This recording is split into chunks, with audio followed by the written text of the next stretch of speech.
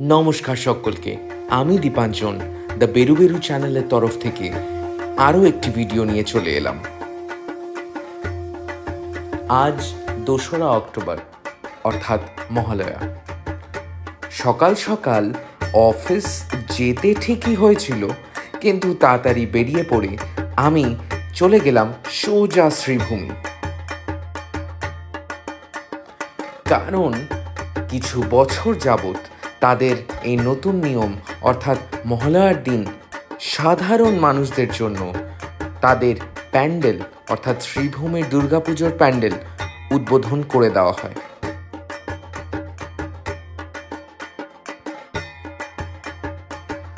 তবে এই জিনিসটা নিয়ে আমার একটু দ্বিমত আছে। এক, যে আমরা মহালয়া থেকেই সমস্ত পুজো পরিক্রমা করতে শুরু করে দিতে পারি, যেহেতু কলকাতার এত হাজারো হাজারো পুজো প্যান্ডেল আছে, তাই আমাদের খুব প্রবলেম হয় যদি ওই 5 দিনের মধ্যে সমস্তটা কভার করতে চাই। তবে আরেকটাভাবে যদি দেখা যায়, সত্যি বলতে ওই 4-5 দিনের যে ওই ছুটিটা পেতাম আর তারই মধ্যে সমস্ত ঠাকুর দেখার চেষ্টা করতাম, সেটার সেই মজাটা বোধহয় একটি অন্য ধরনের মজা ছিল।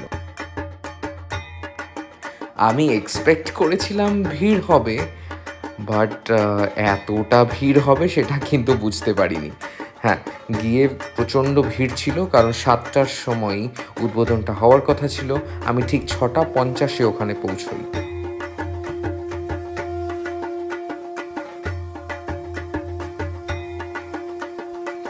সত্যি কথা বলতে শ্রীভূমির ক্রাউড ম্যানেজমেন্ট হয়তো সব থেকে অসাধারণ কিছু নয়, কিন্তু একটা দুটি কথা, সমস্ত যারা তাদের নিজেদের বাচ্চাদের ছোট্ট ছোট্ট কোলের বাচ্চাদের নিয়ে যাচ্ছেন, তাদের এত ভিড়ের মধ্যে প্লিজ আনবেন না। আপনারা নিজে যান, আপনারা নিজেরা এনজয় করুন। বাচ্চাদের আনতে হলে দুপুরের দিকে যখন একটু খালি থাকে তখনই আসুন, কোনো সমস্যা হবে না। আমি দেখলাম অনেক বয়স্ক বাচ্চাদের নিয়ে এসেছেন যারা পরিবারের লোকেরা। আমি এটুকুই সাজেস্ট করবো যে এই ভিড়ের মধ্যে অন্তত তাদের আনবেন না। আমার চোখের সামনে 2জন শরীর খারাপ হয়ে গেছিলো তাদের। অবশ্যই সবাই লাইটিং দেখতে চায়, সবাই জাঁকজমক দেখতে চায়। যাদের শরীর একদম ফিট আছেন অবশ্যই তারাই আসুন। যারা বয়স্কা রয়েছেন, এবং বাচ্চাদের একটু অ্যাভয়েড করুন।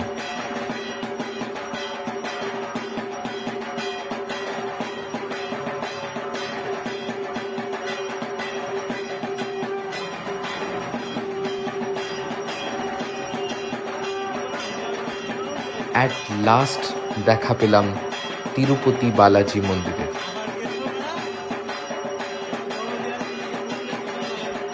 তবে সত্যি কথা বলতে আমি কোনোদিনও তিরুপতি বালাজির মন্দিরে যাইনি, কিন্তু যেটা সাক্ষী থাকলাম সেটা অভূতপূর্ব, অসাধারণ বললে খুব ছোট করা হবে।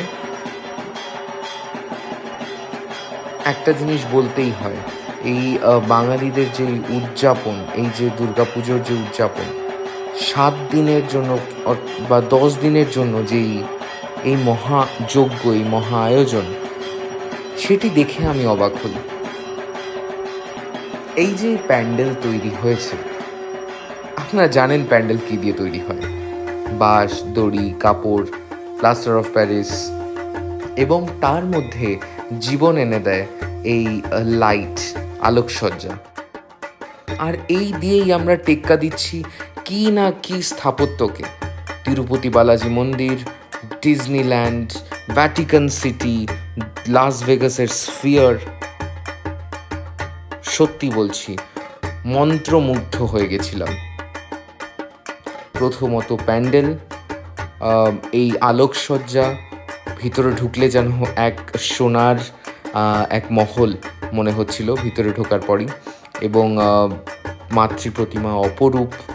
এবং আপনারা জানেন যে প্রত্যেক বছর এখানে কিন্তু একদম আসল সোনা ইউজ করা হয়, এবং এটি আমাদের পশ্চিমবঙ্গেরই একটি জুয়েলারি ব্র্যান্ড এটি স্পন্সর করা হয় আমি যতদূর জানি। তবে আমি বারবার বলবো, এই সোনার থেকে অঢেল দামি হলো এই সজ্জা, এই যে মণ্ডপ সজ্জা, এত নিখুঁত কাজ, এটা দেখার জন্য শুধু হাজারো নয়, লক্ষ লক্ষ মানুষ প্রত্যেক বছর শ্রীভূমিতে ভিড় করে। আমি চাই অন্তত একবার এসে আপনারা এই মণ্ডপসজ্জা দেখে যান, এবং সত্যি কথা বলতে যারা এই মণ্ডপসজ্জা করেছেন তাদের কুর্নিশ জানাই। আশা করছি আপনাদের সকলের এই ভিডিও পছন্দ হয়েছে। পছন্দ হয়ে থাকলে please do share, like, do comment করে জানান যে আরও কিভাবে বেটার করা যায়।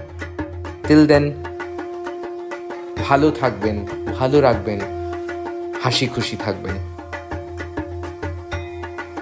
এবং আরও অনেক ভিডিও আসতে চলেছে ইন দ্য বেরু বেরু channel. So please do subscribe.